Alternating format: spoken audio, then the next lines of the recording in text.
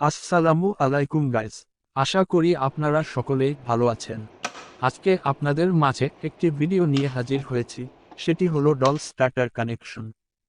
এই doll starter connection electrical সার্কিটে অত্যন্ত গুরুত্বপূর্ণ। এ ধরনের সার্কিট স্টার্টার কারেন্ট কমাতে পারে না। তাই এস সার্কিট বা ডল স্টার্টার কানেকশনের মাধ্যমে মোটরকে খুব তাড়াতাড়ি চালু বা বন্ধ করা যায়। এবং এই কানেকশনের মাধ্যমে মোটর রানিং অবস্থায় যদি কারেন্ট চলে যায় এবং আবার পুনরায় কারেন্ট চলে আসে, তাহলে মোটর এ অবস্থায় চালু হবে না। তাহলে বন্ধুরা, ভিডিওটি শুরু করা যাক। এ সার্কিট কমপ্লিট করতে গেলে আমাদের কিছু মালামাল লাগবে। তা হলো একটি ম্যাগনেটিক কন্ট্যাক্টর, একটি সার্কিট ব্রেকার, দুটি পুশ বাটন সুইচ এবং লোড হিসাবে একটি বাল্ব লাগবে। প্রথমে আমরা এনসি বা নর্মাল ক্লোজ টার্মিনালে কানেকশন করে নেব। এটি হচ্ছে সার্কিটের অফ বাটন সুইচ। এই বাটন পুশ করলে লোড বন্ধ হয়ে যাবে। তারপরে আমরা এনসি বা নর্মালি ক্লোজ টার্মিনাল থেকে শর্ট করে অন বাটনের এনও টার্মিনালে কানেকশন করে নেব। এনও টার্মিনালের বিপরীত টার্মিনাল থেকে কানেকশন করে ম্যাগনেটিক কন্ট্যাক্টরের ওয়ান টার্মিনালে কানেকশন করে নিব।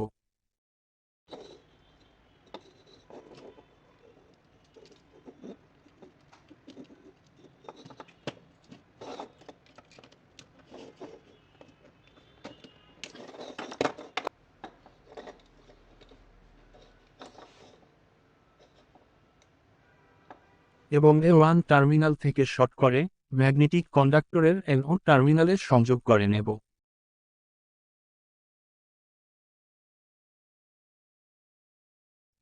এনসি এবং এনও পুশ বাটন সুইচের মিডিল পয়েন্ট থেকে শর্ট করে নিব এবং কন্ডাক্টরের এনও টার্মিনালে যে সংযোগ করেছি তার বিপরীত এনও টার্মিনালে সংযোগ করে নিব।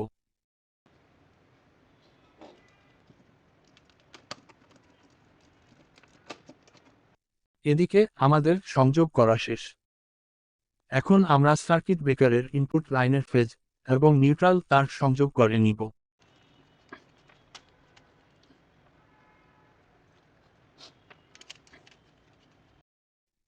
আমাদের ইনপুটে ফেজ এবং নিউট্রাল তার সংযোগ করা শেষ। তারপর সার্কিট ব্রেকারের আউটপুট লাইনের ফেজ এবং নিউট্রাল তার সংযোগ করে নেব।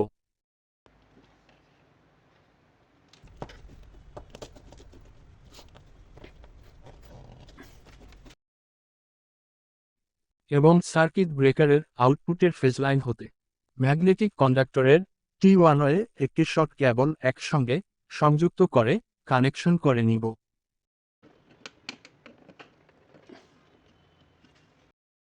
এবং অপর শর্ট কেবলটি এনসি পুশ বাটনে যে টার্মিনালটি ফাঁকা আছে সেখানে সংযোগ করে নিব।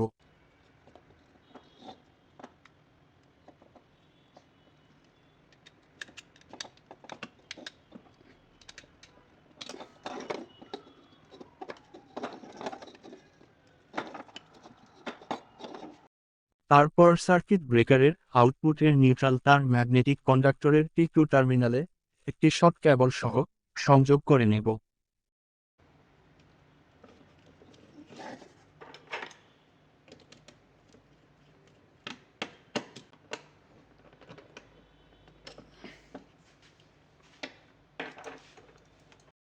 তারপর T2 টার্মিনালের এই শর্ট কেবল বা নিউট্রাল তারটি ম্যাগনেটিক কন্ডাক্টরের কয়েলের A2 টার্মিনালে কানেকশন করে নিব।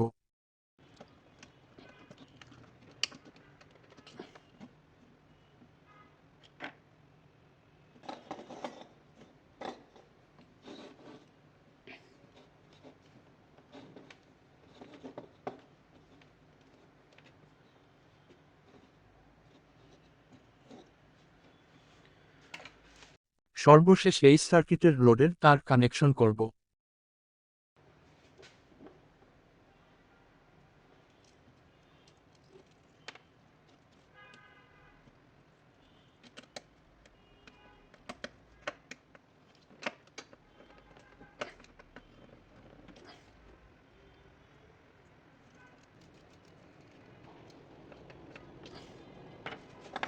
তো আমাদের এই সার্কিটের সব ধরনের কানেকশন করা শেষ।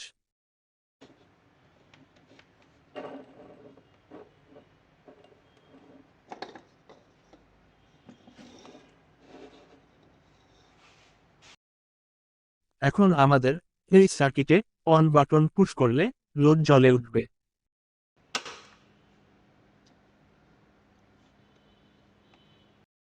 এবং অফ বাটন পুশ করলে লোড বন্ধ হয়ে যাবে।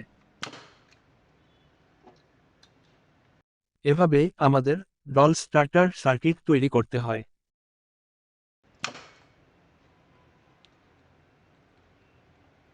আবার এই সার্কিটের মাধ্যমে মোটর রানিং অবস্থায় যদি বিদ্যুৎ চলে যায় এবং আবার পুনরায় বিদ্যুৎ চলে আসে, তাহলে এমত অবস্থায় মোটর বা লোডে বিদ্যুৎ সরবরাহ দেবে না।